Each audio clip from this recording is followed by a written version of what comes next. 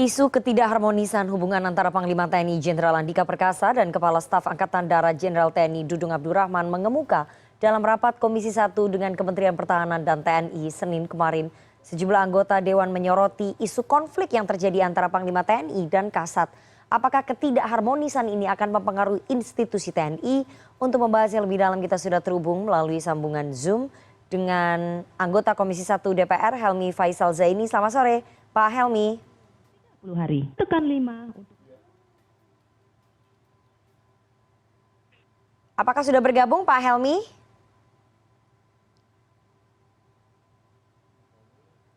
Dan pengamat militer Koni Rahakundini, selamat sore Ibu Koni. Selamat sore. Oke, kita masih menanti bergabungnya anggota Komisi 1 Helmi Faisal Zaini. Saya mau ke Bu Koni. Bu Koni, apakah ketidakharmonisan antara Panglima TNI Andika Perkasa dengan Kasat Jenderal Dudung Abdurrahman ini dirasakan juga oleh Anda sebagai analis militer, sebagai pengamat, atau ini hanya dilihatnya oleh kacamata legislator saja, kacamata DPR saja Bu Koni? Memang terlihat jelas nyata begitu? Begini ya, rapat dan Komisi 1 bagi Kementerian Pertahanan, bagi TNI dan semua angkatan itu adalah bersifat primus inter pares. Itu yang terpenting di antara yang penting.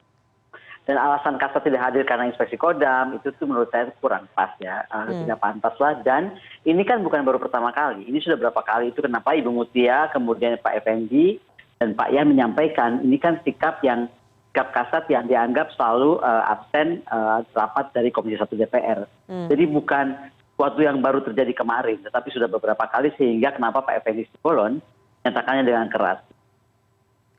Oke, tapi ketidakhadiran Pak Dudung dalam rapat-rapat Komisi 1 ini kan sudah beberapa kali, itu yang di-highlight oleh anggota. Tapi soal hubungan yang dimention juga oleh salah satu anggota Komisi 1 dan beberapa yang lainnya juga mengatakan kalau ada Panglima TNI Pak Andika Perkasa, kemudian Pak Kasat, Pak Dudung ini tidak hadir. Demikian juga sebaliknya. Ini memang sudah beberapa kali terjadi, Anda juga mendengar hal yang sama? Dan bukan cuma sekarang. Kalau kita memperhatikan itu kejadian Panglima hadir dengan waktu itu Pak Andika juga beberapa kali kita semua memperhatikan itu. Jadi sekarang kita tuh punya masalah besar menurut saya. Apa sih sebenarnya fakta hukum tentang fungsi Panglima TNI dan bagaimana implikasi perilaku absensi Kasat atau kalaupun ada lagi kepala staf lain terhadap hal ini.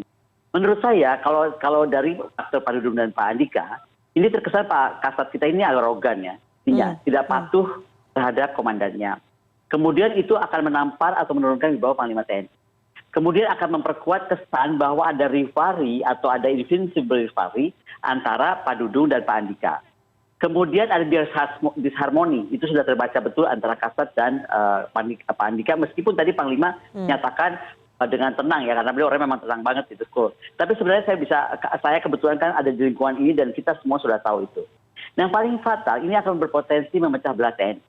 Tidak saja kepada TNI Angkatan Darat, antara Panglima dan antara Kasat, tetapi bisa kepada seluruh TNI-nya. Kenapa? Karena ini akan berdampak tidak sehat kepada pasukan, apalagi ini akan berdampak kepada kohesi dan integrasi angkatan. Kita mesti paham perang yang kita hadapi itu perang masa depan, dan kalau dalam konteks perang masa depan itu adalah kita bicara tentang sistem dalam sistem. Ketika sistem dalam sistem itu jadi bukan hanya angkatan darat terhadap angkatan darat, tapi terhadap Tirta terpadu. Bagaimana kemudian peran gabungan ini menggabungkan angkatan darat, angkatan laut, angkatan udara, cyber gitu. Dan masing-masing itu punya logistik, punya komponen, punya sistem, punya penginderaan, punya logistik yang berlainan, tetapi terus terintegrasi. Bayangkan ketika kemudian jangankan membuat Trimatra terpadu, 3 matra terpadu menjadi satu. Ini 1 matra terpadu aja tidak terjadi. Saya mau ingatkan, di dalam Undang-Undang 34, pasal 15, Panglima TNI itu ada 12. Saya mau bacakan aja yang pertama. 1, memimpin TNI. Jadi jangan sampai ketidakpatuhan Kasat itu akan menampakkan seolah-olah Panglima tidak mampu memimpin. Kemudian melaksanakan kebijakan pertahanan ketika ini dia artinya harus bicara tentang strategi dan operasi militer. Dan kemudian bagaimana mengembangkan doktrin TNI dan juga menyelenggarakan tugas kekuasaannya bagi kepentingan TNI dan menyelenggarakan pembinaan kekuatan. Bayangkan tugas itu semua terus komunikasi. Bagaimana kalau kemudian itu bisa diwujudkan jika komunikasi tidak ada? Nah, saya lihat dalam hal ini ingin mengingatkan Pak Dudung ya. Pak Dudung sebagai Kasat itu harus paham bahwa tugas dan tanggung jawab Kasat itu di dalam pasal 16 kalau nggak salah Undang-Undang 34, satu, memimpin angkatan dalam pembinaan dan kekuatan dan kesiapan. Kemudian dua, membantu Panglima. Ini catat ya, tugasnya membantu Panglima TNI menyusun kebijakan pengembangan doktrin, pengembangan postur, pengembangan strategi, pengembangan operasi militer, dan juga matranya gitu loh. Oke. Dan kemudian membantu Panglima dalam penggunaan komponen pertahanan. Ya. Dan sekali lagi tambahan yang terakhir, Oke, melaksanakan tugas lain yang diberikan Panglima. Oke. Sehingga Baik, jika baik. Kasat atau Kepala Staf tidak mengikuti arahan Panglimanya, ini semua akan membuat, tadi yang saya bilang, tim sistemnya kacau, Baik. kemudian juga kohesi, integrasi tidak terwujud. Oke, kohesi integrasi tidak terwujud karena ada miskomunikasi antara Panglima TNI dengan Kasat. Saya ingin ke Pak Helmi Faisal Zaini, anggota Komisi 1 DPR RI. Pak Helmi sudah bergabung? Ya, bagaimana? Assalamualaikum. Waalaikumsalam, Sore, Pak sore, Helmi. selamat malam. Sehat selalu semuanya. Oke, saya belum bisa melihat gambar Anda nih, Pak Helmi. Oke, Pak Gambar Helmi, saya, ya, Pak Helmi langsung saja. Tadi Bu Kony sudah membeberkan bahwa ini sangat terlihat Ini ada sekali gambarnya. dan ini akan mempengaruhi koordinasi ataupun sistem kerja di internal TNI begitu ya. Tapi saya ingin tanya, apakah kemudian yang menjadi penyebab ketidakharmonisan antara Panglima TNI dengan Kasat ini apa kalau dibacanya teman-teman Komisi 1? Ya, pertama begini ya. Tadi sebelum kesini saya komunikasi dengan banyak pihak ya. Dan baik Panglima TNI, Jenderal TNI Pak Andika maupun Pak Dudung Abdurrahman, Pak Kasat, keduanya sudah menyatakan tidak ada masalah. Dan bahkan minggu depan dalam rapat yang akan digelar Komisi 1 sama Panglima TNI dan Kasat juga akan menjadi forum di mana beliau berdua akan membangun komitmen bersama kembali untuk NKRI dan sekaligus tentu menjaga situasi keamanan yang kita ketahui terlebih ini setelah ada kebijakan kenaikan BBM, eskalasinya kan juga semakin tinggi. Nah, tapi dapat kami sampaikan sebetulnya apa yang disampaikan oleh teman-teman Komisi 1 DPR RI dalam rapat kerja kemarin. Saya juga menyampaikan, teman seperti Pak Effendi Simbolon juga menyampaikan. Intinya adalah rapat kerja kemarin itu sesungguhnya ada dua pembahasan. Pertama adalah pembahasan yang terkait dengan RKAKL, Rencana Pak Kerja Helmi, Anggaran ya. Kementerian Lembaga. Oke.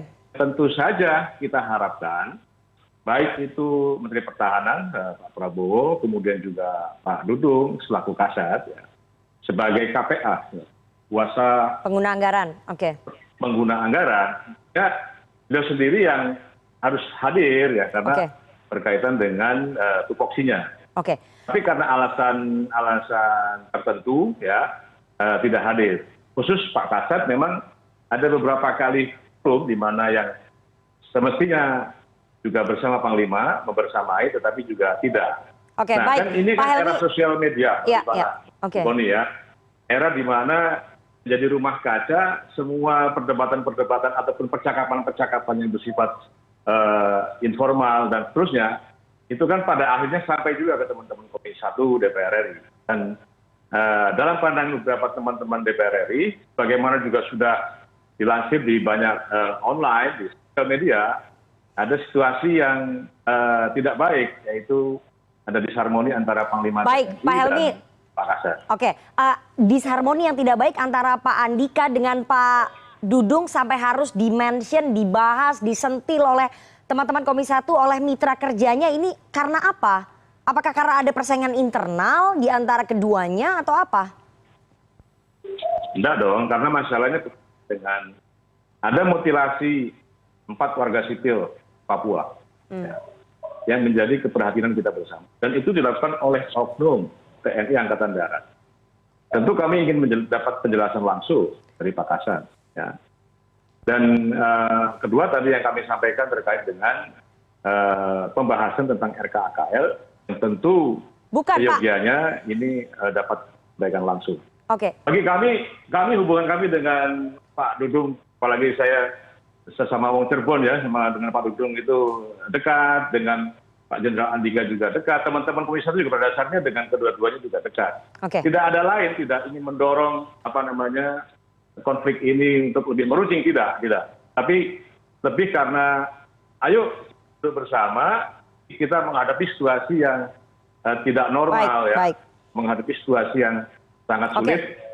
Kami DPR siap kompak dan kerjasama, dan tidaknya tentu baik Panglima maupun Kasat juga sama-sama untuk bersama kita untuk menjaga NKRI. Oke, Bu Kony, Pak Helmi tidak menjawab pertanyaan saya soal kenapa kemudian terjadi ketidakharmonisan antara Panglima TNI dengan Kasat. Tapi kalau cerita yang beredar ada persaingan internal antara keduanya. Itu memang terbaca oleh Anda dan juga teman-teman analis, Bu Kony? Begini, kalau saya sih melihatnya walaupun sekarang akan dipertemukan dan berharap bahwa pertemuan tersebut akan kemudian mewujudkan kembali kohesi dan integrasi antara Kepala Staf dan Panglima TNI. Tadi saya sudah terangkan karena tugas masing-masing memang mereka harus saling terintegrasi. Tapi adalah sebuah fakta, memang kita juga harus mengakui.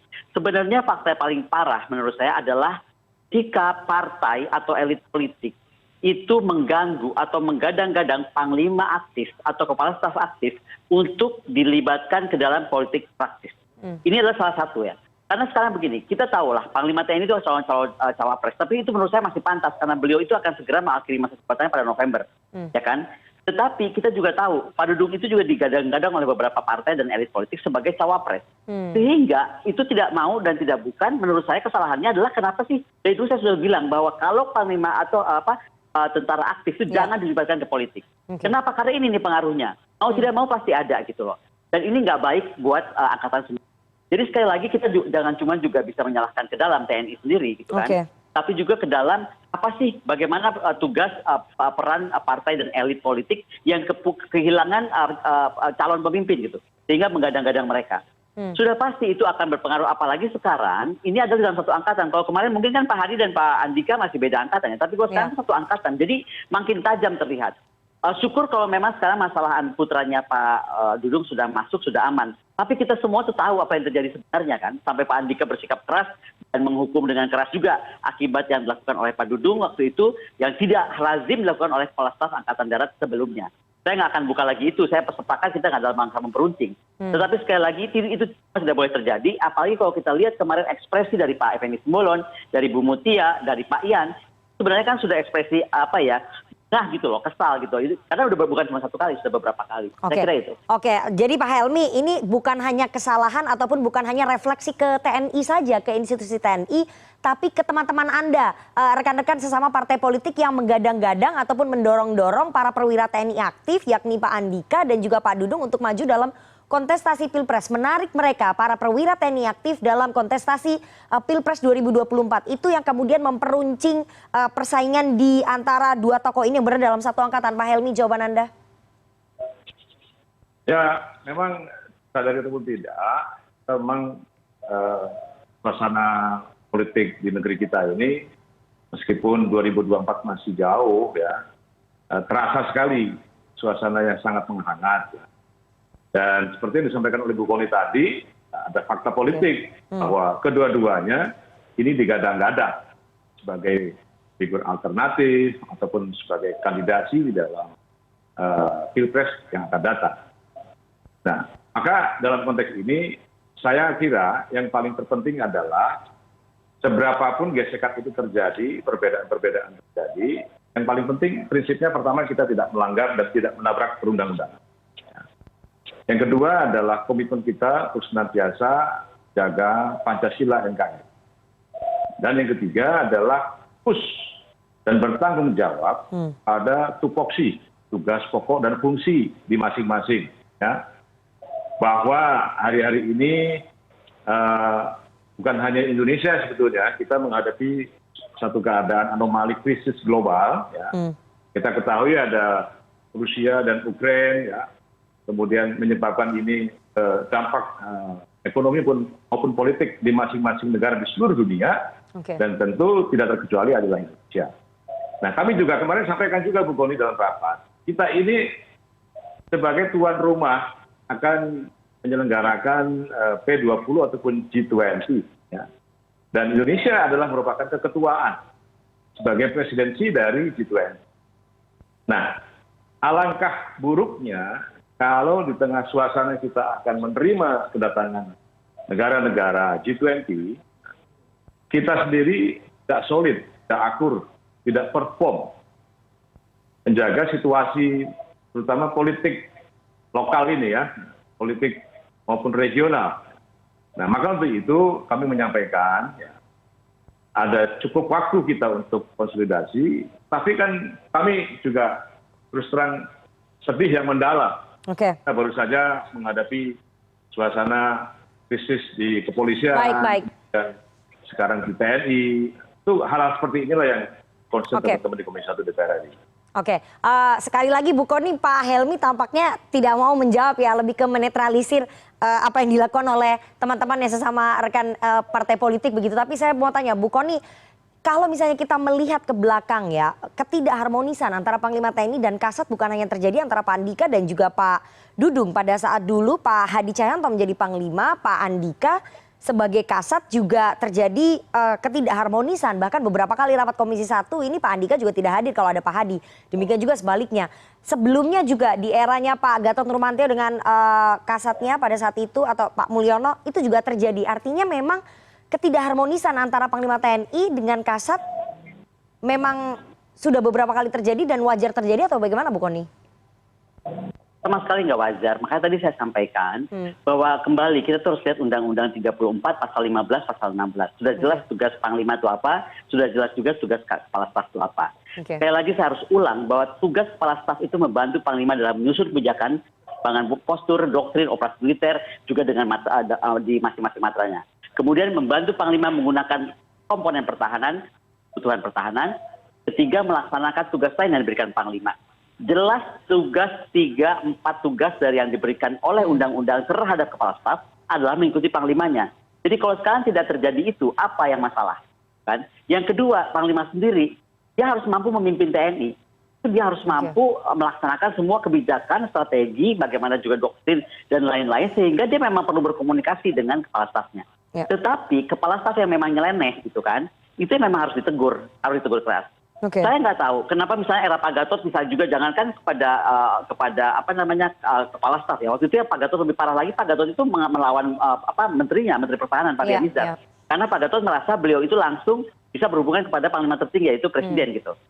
Nah, saya rasa ini adalah waktu kita bukan saling menyalahkan atau mempertajam, tapi apa sih introspeksi ke dalam, apa yang terjadi, kenapa muncul kesan arogansi, kenapa kemudian berani menampar wajah atau Panglimanya sendiri, kenapa ada invincible rivalry atau disharmony yang tadi saya jawab, salah satu aspeknya adalah partai atau elit politik yang kemudian menggoda mereka gitu ke sana, ke arah politik ya, saat mereka aktif. Kalau saat mereka tidak aktif nggak apa-apa. Kemudian bagaimana yang paling parah kalau kita bicara tentang Indonesia, ini berpotensi sebagai garda terdepan bangsa, ini berpotensi memecah TNI bukan saja sama Angkatan Darat tetapi sesama TNI semuanya, karena perang masa depan itu saya mengajar itu dalam mata kuliah saya.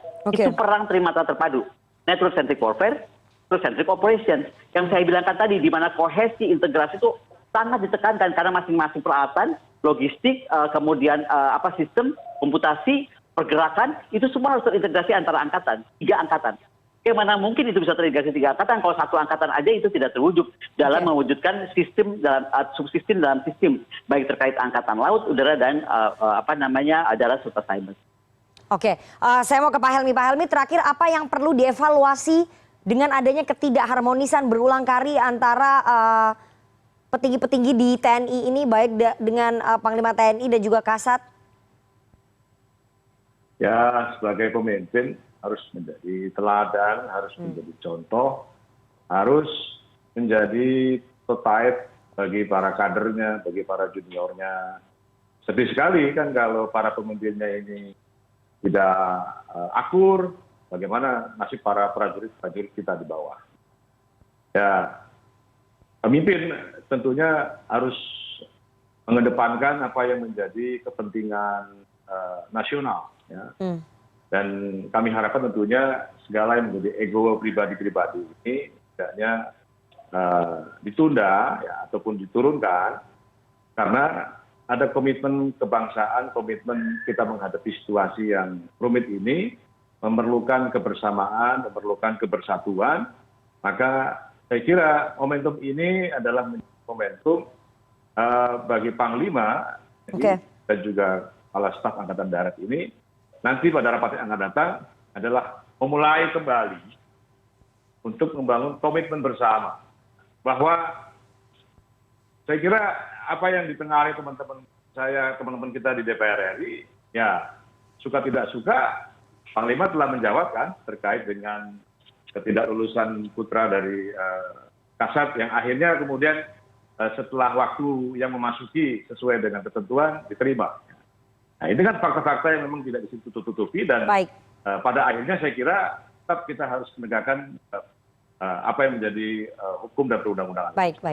Bu Kony, terakhir pembenahan apa yang mesti dilakukan agar internal TNI ini solid dan tidak terulang kembali ketegangan-ketegangan hubungan antar pemimpinnya? Saya kira fungsi bagaimana itu supremasi sipil terhadap militer itu harus dijalankan oleh DPR, dan terima kasih DPR Komisi 1 sudah mau membuka ini, dan itu sensitif sebenarnya tapi dibuka. Kemarin saya sangat suka, sangat menghargai itu. Yang paling penting begini, harus disadari dalam pertemuan besok ke depan bahwa kalau dibiarkan partai atau elit politik menggadang-gadang para petinggi militer kita, maka akan kemungkinan terjadinya klik atau kelompok baik pro Panglima atau pro dan anti Kasat, atau pro anti Panglima atau pro anti Kasat gitu. Jadi jangan sampai semua gerakan politik itu malah memecah TNI dari luar. Itu yang mesti nggak boleh terjadi. Makanya kalau kita mau koreksi TNI hari ini, kenapa mereka juga, kita juga harus mau koreksi sipil kita sendiri. Apakah kita sudah mampu melepaskan diri mengganggu mereka dari keterlibatan mereka ke politik aktif? Karena itu sangat berpengaruh, Mbak, menurut saya. Oke, semoga tadi apa yang disampaikan oleh Bu Kony ini didengar oleh Pak Helmi dan juga rekan-rekan petinggi partai politik lainnya, karena sekali lagi sangat membahayakan menarik ataupun menggoda para perwira TNI aktif untuk bisa masuk ke dalam ranah politik, karena itu sekali lagi akan menimbulkan disharmonisasi di antara mereka. Semoga itu tidak terjadi. Terima kasih sekali para narasumber yang sudah bergabung sore hari ini. Ada Helmi Faisal Zaini, anggota Komisi 1 DPR RI, dan juga pengamat militer Kony Rahakundini. Sehat selalu Bu Kony dan juga Pak Helmi. Terima kasih. Mari Pak Helmi, mari. Salam sehat Bu Kony.